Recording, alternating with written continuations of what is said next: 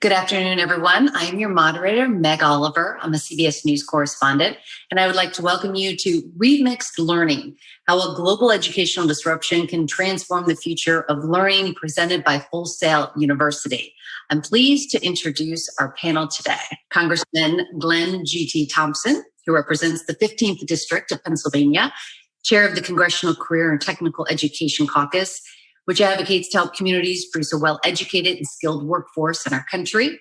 He has spent years working to ensure access to high-quality and affordable education, including students in rural communities. And an interesting side note, I was talking to his office today. I understand he spent years as a volunteer firefighter. So thank you for your service on that end as well. I would like to introduce next former Congressman Earl Pomeroy from Valley City, North Dakota. He served from 1993 to 2011 and has been a strong advocate for tech in the classroom for years. He also served on the House Ways and Means Committee and was also part of the Moderate Blue Dog Coalition. Congressman Pomeroy more recently served on the board of the National Job Corps Association. And we were just discussing how his wife just earned her master's from Valley City State University. Congratulations to her. So he knows all about all remote learning at his house. Next up, let's head out west to the beautiful state of Arizona. President Michael Crow. He's been the president of Arizona State University since 2002. He has spearheaded ASU's rapid and groundbreaking transformative evolution into one of the world's best public metropolitan research universities. Prior to Arizona, he spent time in my backyard at Columbia University as the executive vice provost, and before that at Syracuse University. I'm guessing the winters out there are a little more forgiving. You're enjoying yourself. Moving on to another sunny climate and my nephew's alma mater, I'm pleased to introduce Kent Fuchs. Dr. Fuchs is the 12th president of the University of Florida. He has set UF on a path to joining the top 5 public research universities and becoming the nation's #1 university for comprehensive excellence. Before this, he was provost of Cornell University. I'm starting to see a trend moving to these warmer climates, gentlemen. And up next is Mr. John Couch, Apple's first vice president of education and co-author of the book Rewiring Education.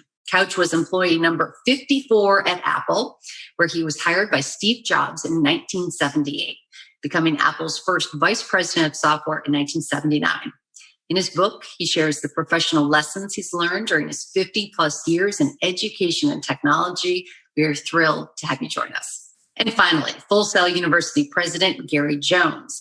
During his time as president, Full Sail University has been recognized among the top graduate and undergraduate schools to study game design by the Princeton Review, the best music programs by Rolling Stone magazine, the top 25 music schools by The Hollywood Reporter, and the top 50 U.S. film schools by The Rap magazine. The list goes on and on and on. Thank you, gentlemen, for joining us today. So I want to just dive right into it. There's so much to talk about here. As we all know, the COVID-19 pandemic was and continues to be one of the most life-altering occurrences of our lifetime. President Crow, I'd like to start with you. What does your campus look like this fall during a pandemic? What has shifted?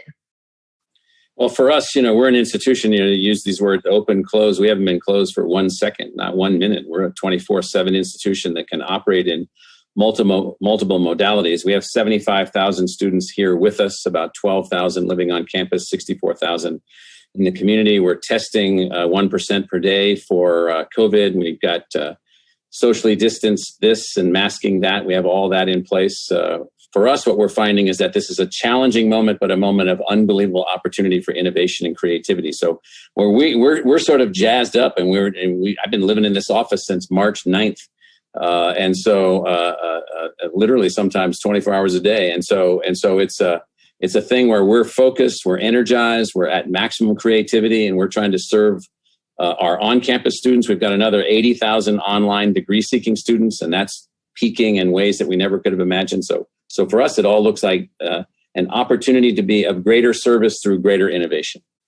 Maximum creativity. I like that. And when you said you've been in your office since back in March, I've seen you do many interviews sitting in that chair. So yes.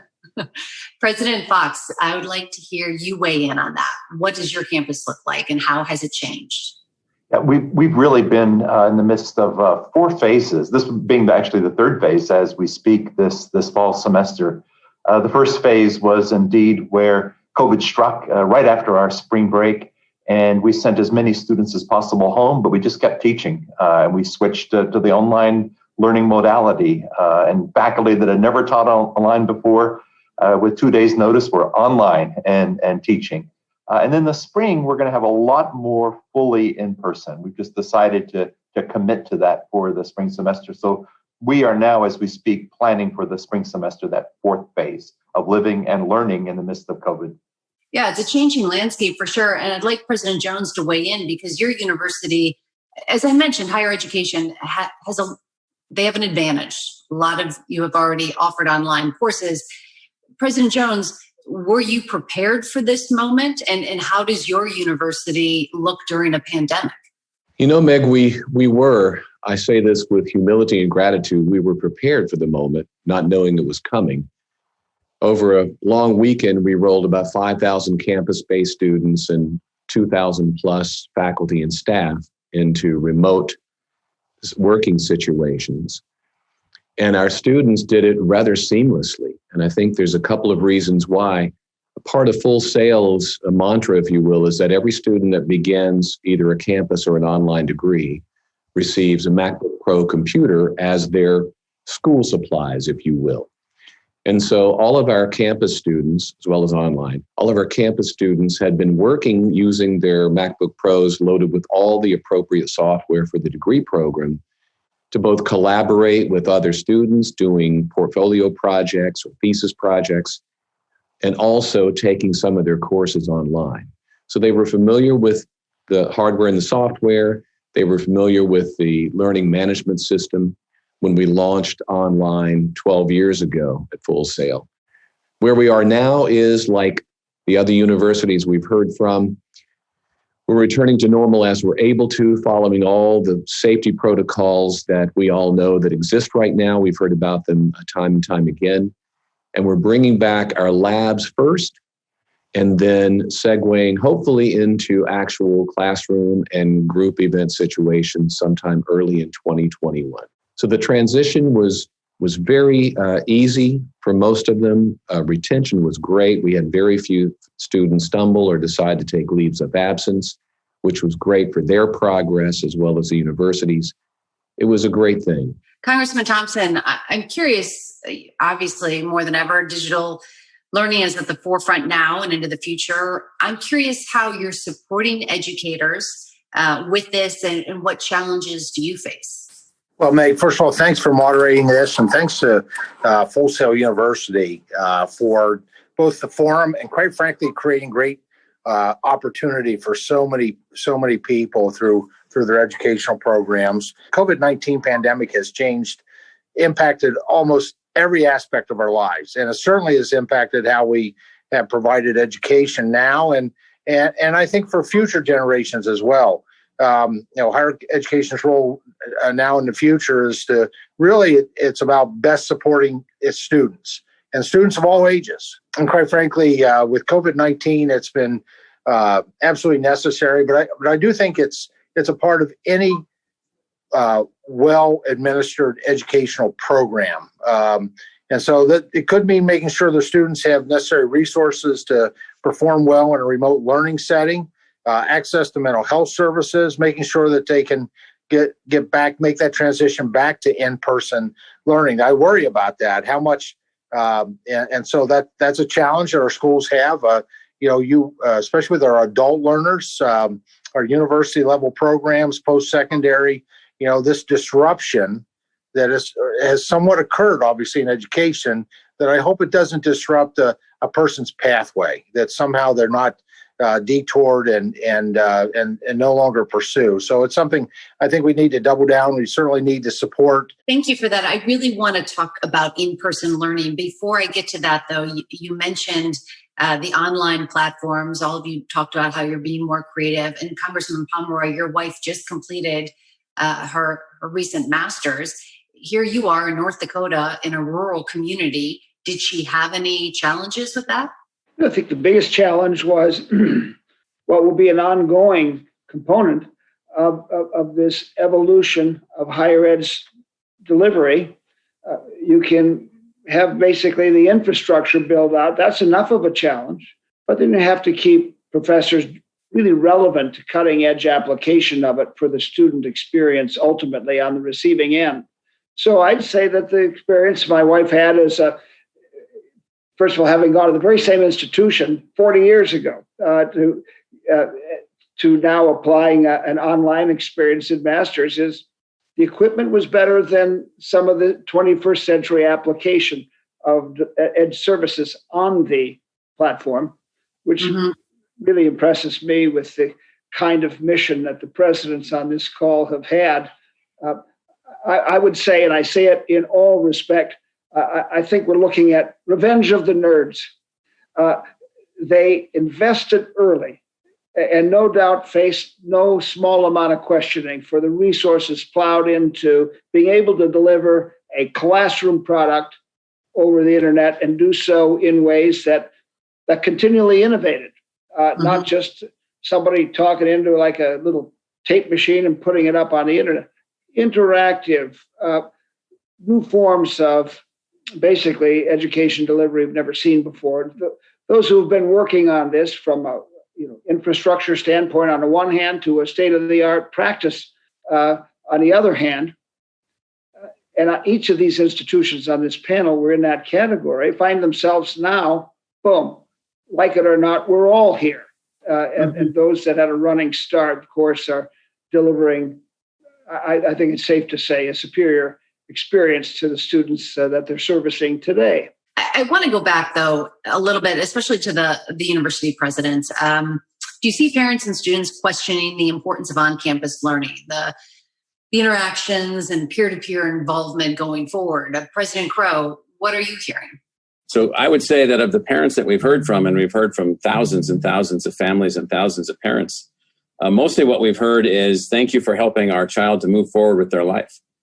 For creating a place where they could come together and in even social distancing, find a way to move forward. So, we're offering ubiquitous testing to any student, any staff member, any faculty member, whenever they want. I ran into a young student the other day and she told me she was so happy she could test every day. I thought that was a little excessive, but whatever helps you to feel a little bit better. And so what we're finding from parents is that they believe that we have a structured environment, that we're making this work, just like Kent.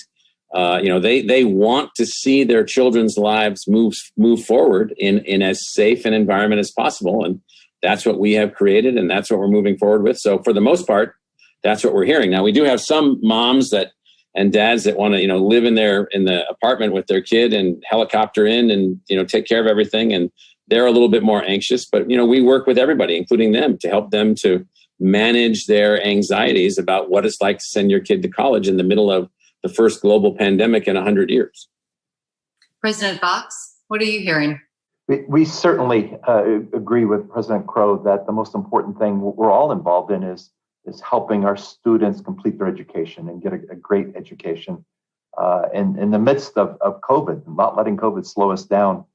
I would say looking forward that indeed family members and students are missing some of the kind of peripheral edges of a college education that's separate from classes.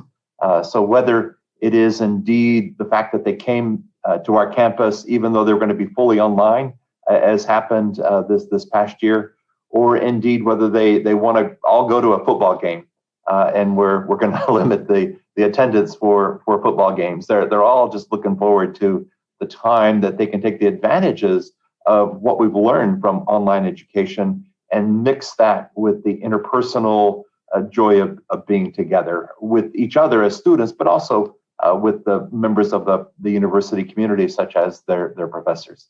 President Jones, do you want to weigh in on that? Because at Full Sail, so many of your programs are hands-on. How do you make that effective in a virtual environment?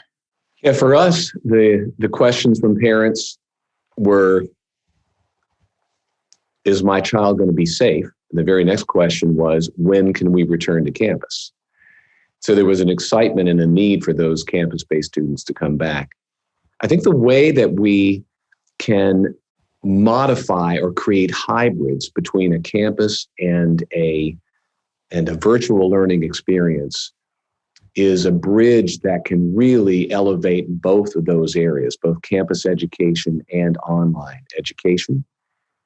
What we learned at Full Sail, because it's in our DNA basically, but we've had to really go deep on that during COVID to look at how are we going to bring students back safely.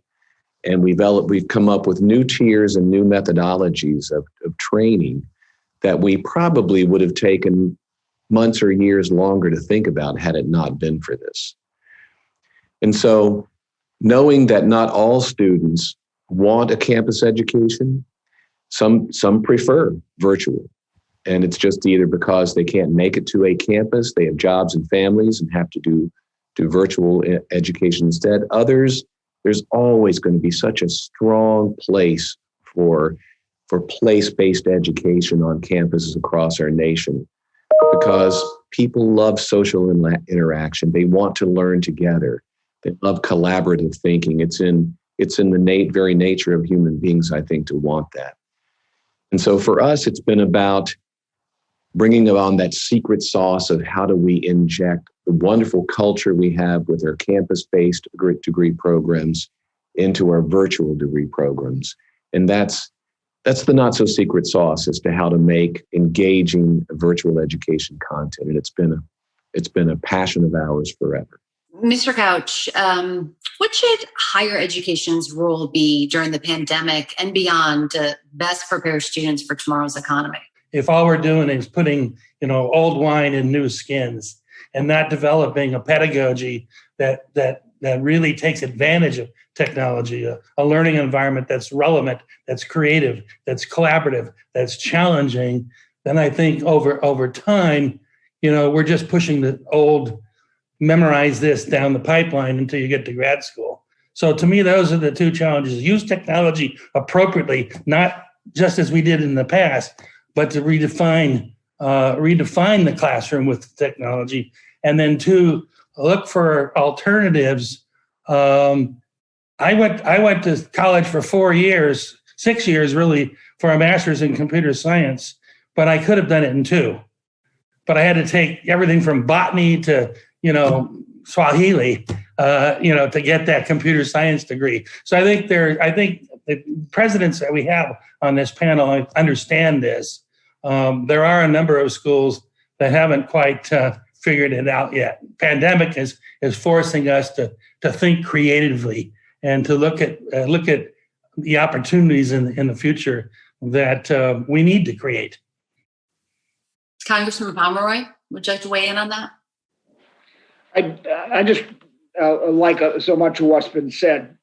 You look at the latest jobless report. The folks having most trouble getting back into the workforce are the folks with the most modest levels of skills. And so I think as we learn this new delivery of educational services, I hope we'll learn a broader way to make them accessible to people that really need to capture some fundamental skills to give them a shot in the workplace. Very pleased with Congressman Thompson's work leading the Career and Technical Education Caucus. This shows right across the face of the House, there's a lot of members. Maybe they don't agree on much, but they do agree career and technical education is critical to providing that foundation of skill sets to give people a decent life. Boy, we know we've fallen short in terms of getting these skills out there by conventional delivery methods. Maybe we're going to learn something in this period of time with the leadership of these institutions and others to have more broadly accessible education, even at the fundamental, just basic career skills level. I'm curious, how do we see promoting innovation and emerging technologies changing the economy as well as education? And Congressman Thompson, I'll start with you. Well, I think part of it is what it increases for opportunity, and specifically, in rural America. One of the requirements, I think, for number one, for kids to stay in rural America, for those millennials who grew up in urban America, they're now being reported are migrating to rural America. You have to have connectivity. And connectivity, I think, is key. It's key. That technology is key for commerce. I've heard a number of examples of folks who have moved, brought their business because they've been able to find sufficient broadband width to be able to conduct their businesses, which has been largely online. But it's also now access to some of the best education, and we've heard examples of that from these university presidents because of the educational platforms. But we have to have the connectivity, obviously. That needs to be on the top of the list because there's a significant number of Americans today. It's I think the Federal Communications Commission's 2020 broadband deployment record show that 18 million Americans lack access to broadband, and I would argue it's much larger than that because it has to be a sufficient bandwidth to be able to support these platforms we're talking about. So how does higher education battle the digital divide? President Jones, not every university can hand their students a MacBook when they come in. So one of the things that we did at Full Sail is we immediately started putting together weekly webinars free to the K through 12 teachers across the U.S. to just offer ideas as to how they could take whatever they're dealing with in their virtual education situations and make more engaging content, more engaging lessons, and try to bring the students into the classroom figuratively from their homes, maybe in different ways of thinking about it. So providing that training, I think, for teachers across the board is so important. It's how we think about education today. It's not using the old pedagogy, but building a new one that very much blurs the lines between campus or place-based education and virtual education. One of the programs we've seen just with outrageous responses and feedback is our Instructional Design and Technology Master's Program, which is a program that is designed to teach teachers how to teach more engaging lessons while they're in their jobs of teaching. And so that type of elevation, that type of awareness of how to help other teachers just embrace that digital divide, as you called it, is so important in the solution. President Fuchs, how have you been dealing with the digital divide? What have you found in terms of success? What has been maybe a big challenge? Yes. When the students are physically on our campus, and we have a large campus of about 2,000 acres with residence halls, and then some of them live off campus, but nearby, and nobody commutes to the University of Florida. They're all here in this college community. The divide really doesn't exist at that point. They've all got access to physical resources. They've all got access to broadband. But when they go home, and this is what's been emphasized in the midst of COVID, because some of them did go home and some are staying at home, that they feel safer there. They just don't have that environment. It's a part of it is the physical space to study and have a quiet space. And that's not digital, but that contributes to this divide. And the second would be the broadband piece, the connectivity, and then the third would just be the physical computers or access to what they need to be able to learn. And so for us, what we've worked hard to do is to direct them to places in their hometowns that we believe they will have access. We actually have offices in every one of the 67 counties in the state of Florida, and those offices all have Wi-Fi. So we shared all that information with them. And then we had a program, and part of this actually came through the federal funding that was sent out to colleges and universities, where those that needed a laptop, we provided them funds to buy that laptop. And that was in the midst of COVID. We did not have that practice before COVID. I would say also that as Garry has said, maybe what's most important in all of this is the K through 12. That's where so many of the futures of students' lives are shaped. And has also been said by my co-panelists, the biggest impact is not in terms of unemployment, has been on those that never went to college and never actually graduated from high school.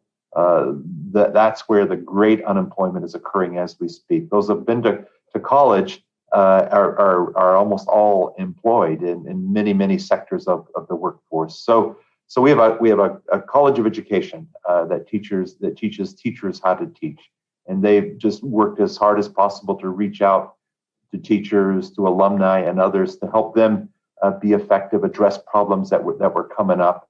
And I'm just so proud of our nation's K through 12 teachers, in addition to the college faculty and university faculty.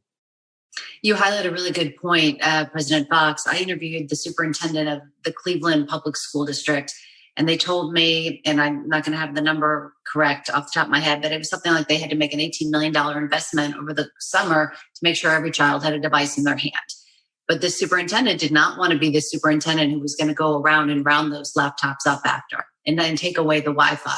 So I'm curious, President Crow and John, I want you to weigh in on this as well. How has Arizona State University reached out to K through 12, and what kind of digital divide dilemmas have you faced? So we have a platform that we have been launching and built the last few years called ASU Prep Digital. We'll have 100,000 high school student learners in that this semester. That's up by a factor of 7 over the previous semester. John, all of those students attend at no cost. And so they are able to pursue college preparatory courses. They're able to pursue high school courses. We have 200 college credit giving courses within that ASU Prep Digital platform. And any student in that platform that didn't have access to technology, we provided the technology to them. And so we're doing that also with the charter schools that we operate as public schools on campus-based environments here in Phoenix, where we have 100% high school graduation rate and 100% post high school continuation into post-secondary. So the same thing, we just acquired technology through partnerships and so forth. And I think the way that we've approached this is that we have a long-standing problem to solve that has to be solved in the immediacy of the moment relative to COVID. We're designing and about to deploy a millimeter-based wavelength communication system to take high-speed internet into neighborhoods within the reach of our metropolitan campuses here in Metro Phoenix. So we're working on that. We're working to design other kinds of solutions, technology solutions, everything possible to break down this divide. We've also broken down the divide of the university. So 10 years ago, we had 6,000 students studying engineering only in our on-campus environment. This semester, because of technology enhancements, we have 25,000 students pursuing degrees in engineering, 17,000 on campus and 8,000 online.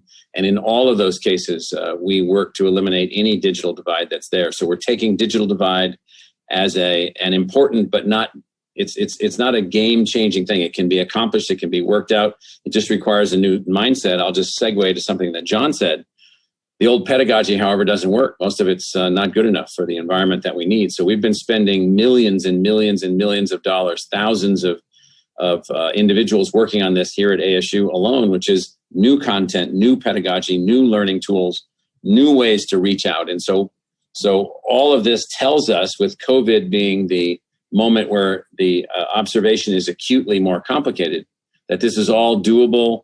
These innovations can advance and we can enhance learning outcomes and eliminate the digital divide. We just have to want to do it. The reason it's not eliminated is that we don't want to do that. We do now. Everybody's attention has been gathered, and so now we need to do that. And it does take new pedagogy, new design. It also takes something that all three of these universities are doing, which is breaking down their walls. If we sit in these little fortresses, the universities are basically maybe impacting 50% of what they could impact. And so we're trying to break down every wall imaginable, and digitization is how we do that. Digitalization is how we do that. John, how are companies stepping forward, like Apple and other companies? I mean, we've heard of, helping with Wi-Fi and everything. And how important is that moving forward? Yeah, I was actually Apple's representative on Obama's Connect Ed program, where the goal was to connect all the rural areas with a high-speed internet. We actually donated $100 million to that program and worked with over 100 schools in 29 states, all with 96% free and reduced lunch. So the poorest of the poor. And I think, maybe the biggest finding there really is the need to retrain teachers. And that's why my friends Mallory, Dwinell, and myself created a teaching internship program where the teacher interns in the community that she lives, in the community that she knows and understands, and then is automatically enrolled in Reach University, which is an online professional development degree. And out of that then came the other biggest part of the problem was, you can think of it maybe as an employee intern program, where someone could go to work for a company and then they get enrolled in the craft university to get a free college degree. At the same time, the corporation is integrating their internal training programs and getting a tax credit. So those are the things that I've been working on and have invested in from a high ed, from a K-12. We developed a new pedagogy based around challenge-based learning rather than, memorization. And challenge-based learning, if you think of it, is a superset for design, it's a superset for coding. It's actually a superset learning environment for entrepreneurship. And we developed a curriculum from age 3 through 16 over the last 5 years, and 30,000 students in South America and Mexico are using it. I'm trying to bring that into the U.S. and make it freely available to parents, because it's a curriculum that works just as well inside the classroom as well as outside the classroom. So I think, you've got an incredible panel here. Dr. Crow has been leading this battle and this challenge for many, many years. And I think what the pandemic has done has accelerated. It's really accelerated people's the need and the thinking and I hopefully entrepreneurship in applying that to the challenges that we face. There's an awful lot of political discussion about income inequality, and it's alarming to look at the breakaway income inequality in our country. I think it tracks directly something you could call education inequality. And we really have an opportunity with new platforms and innovations driven by the leaders on this panel to reach people we couldn't reach before. Here we sat with our campuses, come on, kids, we're going to give you an education, you have a good life. Well, that didn't reach a lot of people. Maybe now with the potential, and we got a lot of build out to do, as the Congressman has mentioned, but we can reach corners of our population that we just haven't been able to serve well before and equip them with fundamental skills. I'm not saying PhDs, but the kind of, your question connotes a more of a specialized, short-term, but relevant to the marketplace skill. I really call upon our higher education community to respond to that. We've got an economy where we have now remote learners preparing for remote work. It's the evolution of things. And we have to do so in ways that reach more people than we've reached in the past to address this inequality issue. How do you respond to that, President Fuchs? One of the great assets of our nation is just the variety of universities and colleges that we have, nearly 4,000 of them. And it is indeed, I would say it puts our nation at the very leading edge of indeed education beyond K through 12. And there's a piece of this where we're helping people be lifelong learners. We're helping them change careers. We're helping them explore new things that they become excited about. And then to me, there seems to be three other aspects. One is where their students are going to college or going to a university to learn content that they're going to use in a job. The second, though, is they're going to university and college to actually learn how to learn how to think, learn how to communicate, just learn not so much the content, but the skills that will serve them throughout the rest of their life, how to write and indeed how to be critical thinkers. But then there's a socialization piece of all of this, particularly for those that are just in that age group from, say, 17 years old to 22 years old. They're just beginning to explore and think about who they are. They grew up with their families and their parents and their siblings and their maybe or others around them in their community, but now they're in a whole different world of different people that look different, think different, and they're beginning to think about the world and purpose of life and explore it and all those kinds of things. And universities and colleges can serve a role for that segment of our society too. That's really, really important. What is the role of Congress and specifically the CTE caucus in promoting innovation and emerging technologies? Sure, Meg. Well, thank you. Let me just say, in terms of higher education as well, I've seen an evolution occur legislatively and a responsiveness to the marketplace. We've accomplished that with the Workforce Innovation Opportunity Act, which is really about retraining, retooling, helping people that have lost jobs as they go through their career links. We required with that reauthorization, we required the key stakeholders on those web boards to be 60% of those need to be folks that signed in front of a paycheck, not the back of a paycheck. Elementary, Every Student Succeeds Act, we did the same thing of bringing to the elementary and secondary education level more responsive to the marketplace. And I think that's an evolution that we're not going to be able to stop. So I do think going forward, we may, and I've seen great universities. Some of them are on, like those are on this Fort Town Hall today, that have really embraced that their programs, they bring in, they put on their boards or advisory committees, people from the marketplace, because that's what education does. It responds to the marketplace. The role of Congress, specifically the Career and Technical Education Caucus, I'm proud to continue to co-chair that with a good friend of mine, Congressman Jim Langevin. Very bipartisan caucus, by the way, very bipartisan topic. We advocate for skills-based education, and I've done that since certainly my earliest days in Congress. In order to promote innovation and emerging technologies, we have to recognize that a one-size-fits-all education is not an effective way to prepare students for the workforce, and I don't believe career and technical education should be viewed as Plan B. So Congress has to continue to invest in career and technical education, just like we did in 2018, if not more so, when we passed the Strengthening Career and Technical Education for the 21st Century Act. However, President Trump signed that in 2018, but the timeliest piece of CTE legislation that we need to act on is the Skills Renewal Act.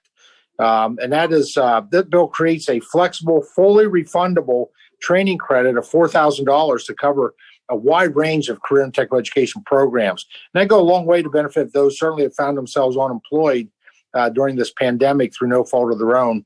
Additionally, we have to remove the stigma associated with career and technical education and educating students and parents about the benefits of skills-based education.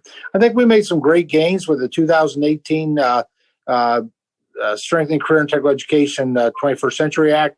We're pushing awareness of that down to the middle schools, not reserving it to senior high.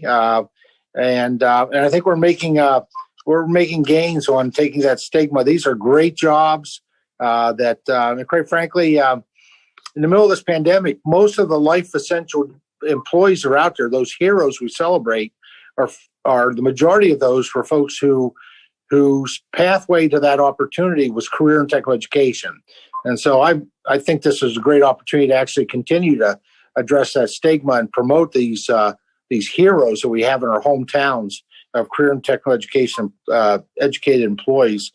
It's a valuable educational option, empowers learners of all ages to take control of their personal and professional futures. Lastly, we have to remove the barriers to discourage participation, make it easier to get the education people need and begin entering the workforce. If we do those actions, we can help individuals realize their true potential, finding satisfying, family-sustaining careers, and in turn, make a more competitive and a more productive America. President Jones, how do we leverage the physical campus environment and the digital learning experience to give students a full college life? I think the answer to that, Meg, is in creating hybrid situations. It's come up a couple of times before. But as we've mentioned, place-based education, campuses will be here in just forever, because it's just such an important part of education from a social aspect, from the great variety of offerings that our large schools can offer to students. And I love that. I came from one of those environments. But I think as we go as we go into the future, what we've learned from this pandemic and from a lot of things that I've experienced over the 42 years that I've watched Full Sail grow from 13 students to 88 degree programs is people want something that they can get their paws on, if you will, that has a hub to it, right? There's a central location called the campus. And if that campus is vibrant, it also means the world to virtual students as well. To have something emanating from a place that can be called home, so to speak, creates a bond with students that they really seek. The cross-pollination at Full Sail that we do is we have campus-based teachers teaching online sections, virtual sections, and vice versa.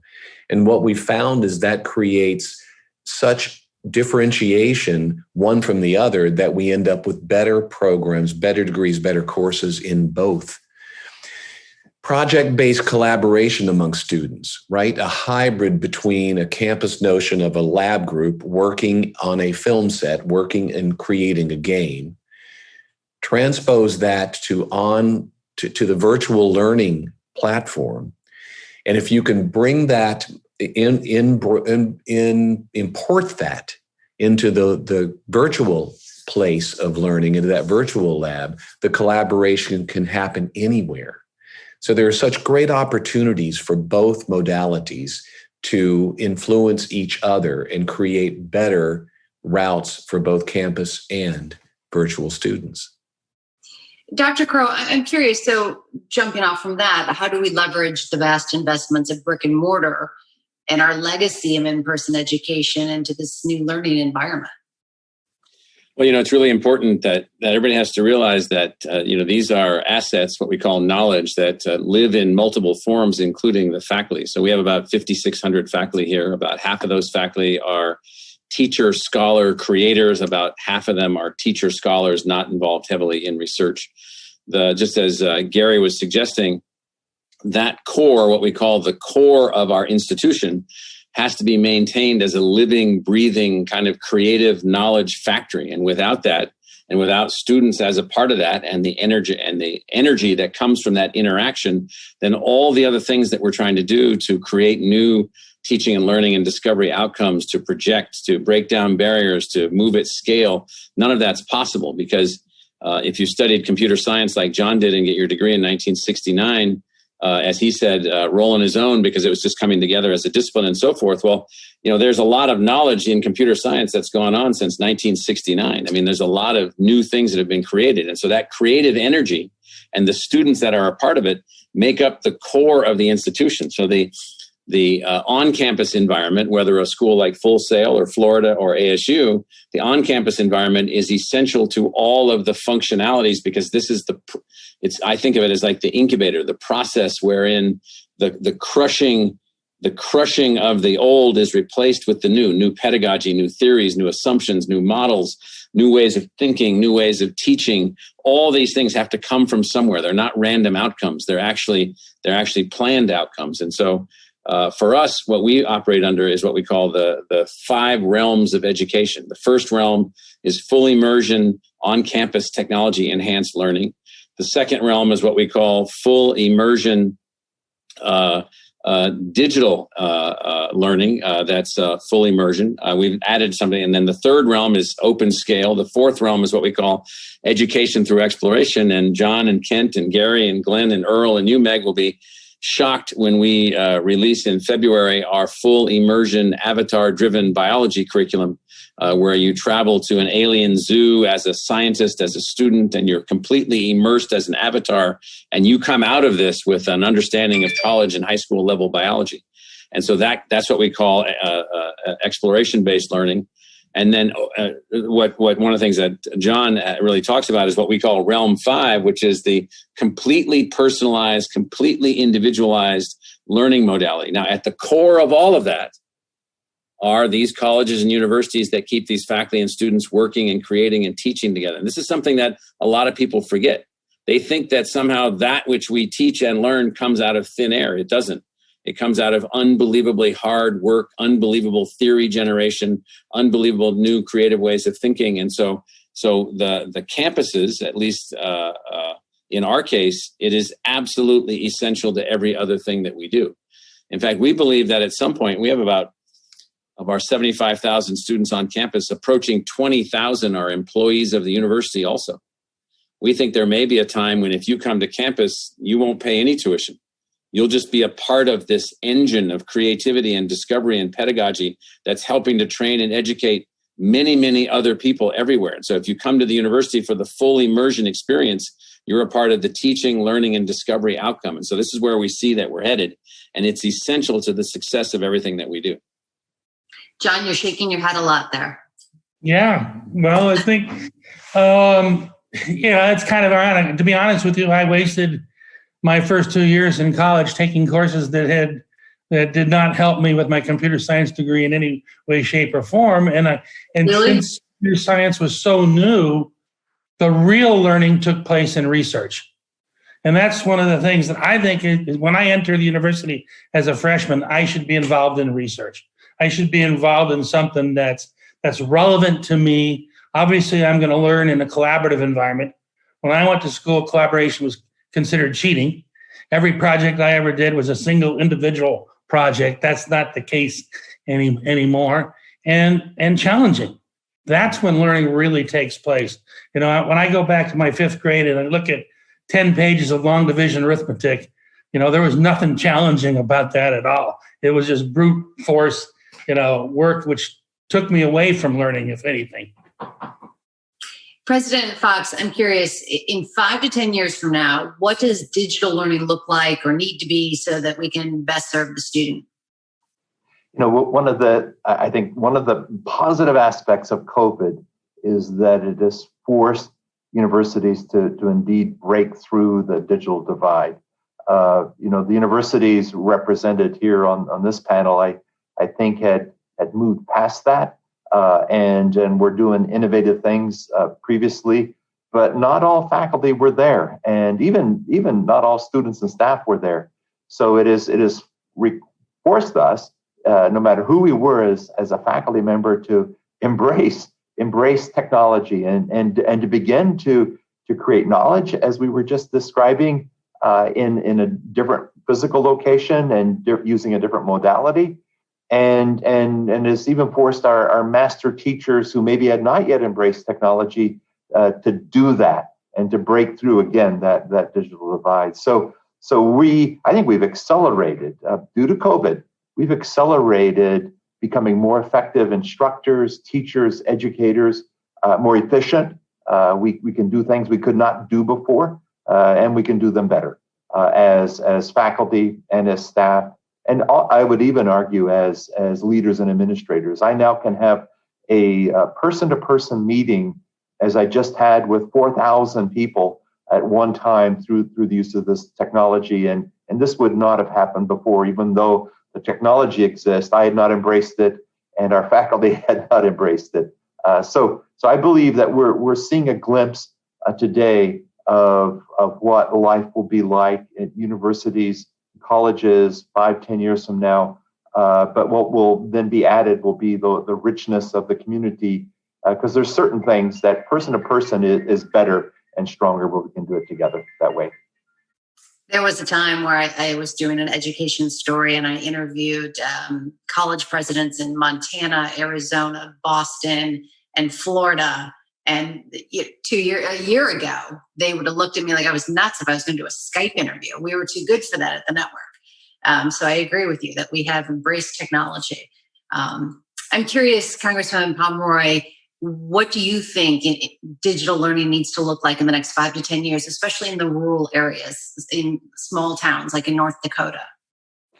Throughout this panel, I've been thinking how terrified I'd be to be a president of, for example, this Valley City State Teachers College, now Valley City State University, trying to imagine how in the world do I create a value proposition on my campus that can compete with what Arizona State, just for an example, President Crow can deliver to the very same market that I'm trying to address. Now, the old days were easy. It's cold up here. You don't want to drive too far from home. You go down the road, you go to the Teachers College. Now, stay at home. That's fine. Don't go anywhere. But access some of the finest education we had anywhere in the world right on your electronic equipment. This really does put enormous pressure, I think, on the creative development process in every campus in the country. That's going to be a very good thing. I think this time that we're in is going to obviously produce permanent changes in how we deliver education. And we're going to move from, well, it's a pale substitute to be in there to, well, it's kind of the equivalent to be in there. I think from this discussion, we're seeing it quickly move into this is better than we ever had before. And it is very exciting. I do like the discussion of the hybrid model because for me, the college years were magical. It changed my whole notion of who I thought I was and what I could do with my life. And, I really don't know that can be replicated quite just in an entirely online platform experience. On the other hand, there's an awful lot of efficiencies that we can gain and cost savings that we need to bring to the picture that you can achieve through this digital period. What I would say is that the challenge for the Congressman, the challenge for all of us who work with the Congress, policy responds slowly. So this is the innovator platform that the Congressman and I are privileged to be on today, but the Congress itself will be moving along. Well, can Title IV federal dollars really flow into this kind of thing or not? I think the challenge for us is the pace of innovation is going to move quickly. Meg is going to build every day on what we've discovered the day before. We just have to make sure we don't put constraints on because the political system responding to all of this can't move quickly enough. All right. And President Jones, what does the roadmap to success look like? And identify specific places and parts and pieces. I would immediately go to the work of our students and their graduates when I think about that. What does the future look like? And then relate it back to education. A great example is during COVID, so a group of our Viz Sim students were doing a portfolio project with Advent Health University. And at that point in time, it was a great project to build their educational expertise. Well, then COVID hit. And suddenly, the hospitals were reeling from an awareness that there may not be enough ICU nurses if this thing goes absolutely bonkers crazy, this pandemic. Well, okay, let's train more. Let's bring up more of the other nurses and some of the nursing students and get them trained up as quickly as possible. But because of COVID, student nurses weren't allowed in the hospitals to train. And so they turned to our students that were already noodling on this project and said, we got to do something fast. We need an immersive virtual reality training experience that can gamify this whole training process and make it as real as humanly possible without being in close proximity one person to another.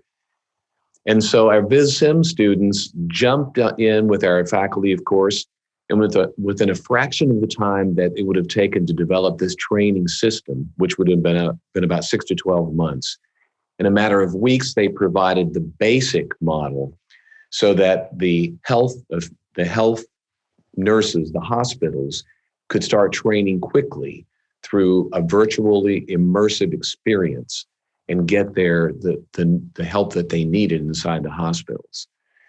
Another quick example would be where you take a physical on-campus lab, and this is speaking to a number of points these other great thought leaders have made, but you take a physical bricks and mortar lab on a campus, and then you integrate into it these other elements of virtual reality, computer-generated environments.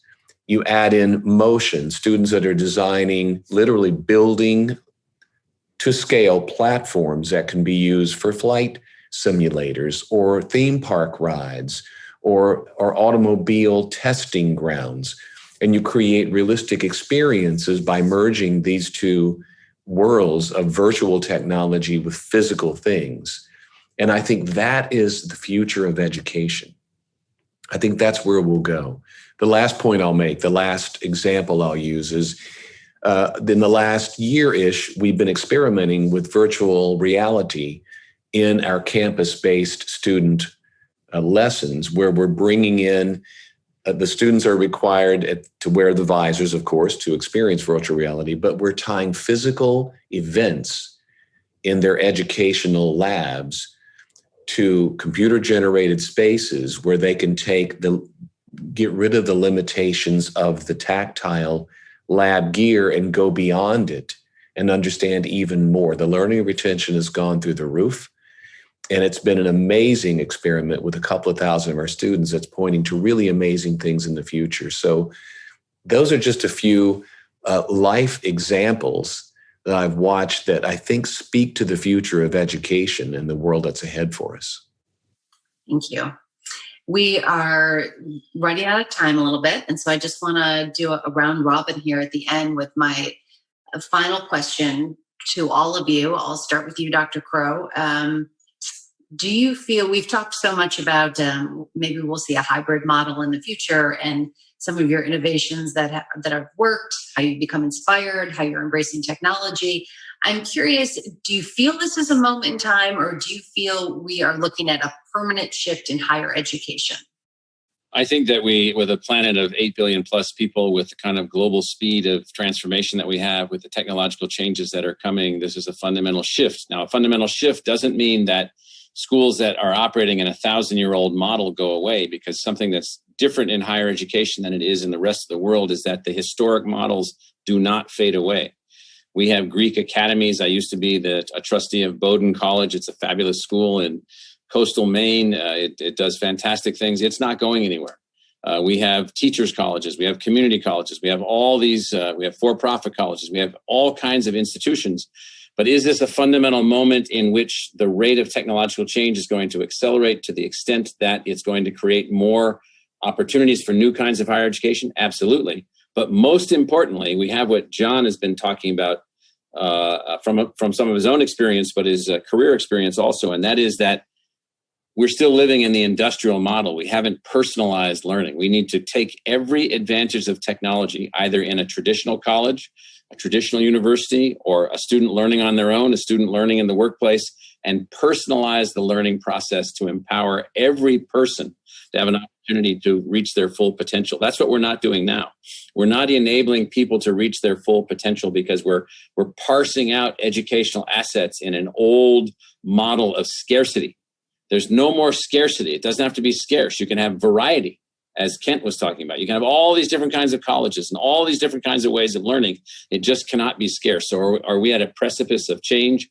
Unequivocally. We're at a technological moment where learning can be greatly, greatly enhanced and expanded. Thank you. President Fuchs, your thoughts? I was thinking, would I prefer if I was a student to go to college pre-COVID or post-COVID? It's got to be post-COVID, because we've just learned so much about how to enrich learning and education and knowledge creation. And the college life, university life, higher ed, and even K through 12, I really, really believe is going to be so much richer. People are going to be able to learn so much more effectively after COVID. So I would say this really is a fundamental shift in how to enrich what I would say we were doing really well before, but it's just going to be so much better in the future. Thank you. John? Yeah, I mean, I look at my own experience. My oldest son was given an Apple II by Steve Jobs with the promise that he could keep it if his dad went to work for him. And he rode that mental bicycle to projects and learning that was well beyond the scope of his K-12 environment. And once I asked him, I said, did you learn more in school, or did you learn more from the free access to the internet world with this mental bicycle? And he said, the latter, Dad. And I have a grandson now who's at Savannah School of Art and Design. And he called me the other day and he says, Dad, Grandpa, I need to cut a class out because I'm going to put all my focus on my lab, because I need to know how objects work and as they bounce off of buildings. And there is no class at Savannah School of Art and Design that will teach me that. So I have to go out to the other schools that are on the internet to learn that. And so the resources are there. The opportunity is there. I just hope that we really leverage technology, not as a substitution for doing what we've done in the past, but for really creating new learning environments, like Dr. Crow talked about in terms of his avatars. In the learning environment that we created for age 3 through 16, I have avatars for 18 different countries at different ages, and I have over 4,000 augmented reality learning activities. Thank you, John. Congressman Pomeroy? When you think about it, K through 12 today, we've got students all across the country learning online. Well, that would have been ridiculous to even think about a year ago. So what we're going to see is these college presidents welcoming into their campus or virtual campus students that are much more sophisticated with internet learning than ever before, because they've been doing it for years. They're very different than before. So, essence to your question, Meg, we're not going back. We're going to double down on innovation. And I think everyone, including the leaders of the PAC that have been on this panel, to the teacher college we've been referencing, is going to have to really give some consideration to how we embrace the 21st century and run with it, because that's where we're at. Thank you. Congressman Thompson. Well, we were forced into almost a total digital learning environment in 2020. And, we've had some great examples that we've heard about on this town hall that did outstanding. But I have to tell you, overall, as I look at research, I think we probably get a failing grade for certainly the K through 12 when you look at the difficulties that kids have had. So that means that we need to do better. That doesn't. I'm not discouraged by that. The fact is, we need to step up and figure out how do we become more resilient in education across the board, all age of learners. I would never want to see the day where I think that digital learning should supplement education, in-person learning, not supplant it, not replace it. And I'll close with this. This pandemic has shown that we don't have to always, because Congressman Pomeroy referred to this. We get, he and I both, I think, have many times been frustrated how government works at the speed of bureaucracy. Not very proactive, it's reactive, but it's delayed. This pandemic has shown through all the waivers that we've seen, certainly in the educational realm and healthcare and commerce and everything else, that government can act in a way that is with a responsive speed. And so I think we need to insist on that going forward, especially when it comes to, the tools that we need, whether it's the actual connectivity infrastructure, whether it's the support, the flexibility, whatever it might take to be able to take full advantage of the technology and the innovation that we've been blessed with and have been developed as it applies to the educational platforms. Congressman, thank you. President Jones, take us home. Is this a moment in time, or are we seeing a permanent shift in higher education? Absolutely. And every statement made by these panelists before me is spot on, and I agree. Think about K through 12, think about college even. Think about the parents who are either funding their students' education or the K through 12, the parents of K through 12 kids that maybe couldn't fund any technology.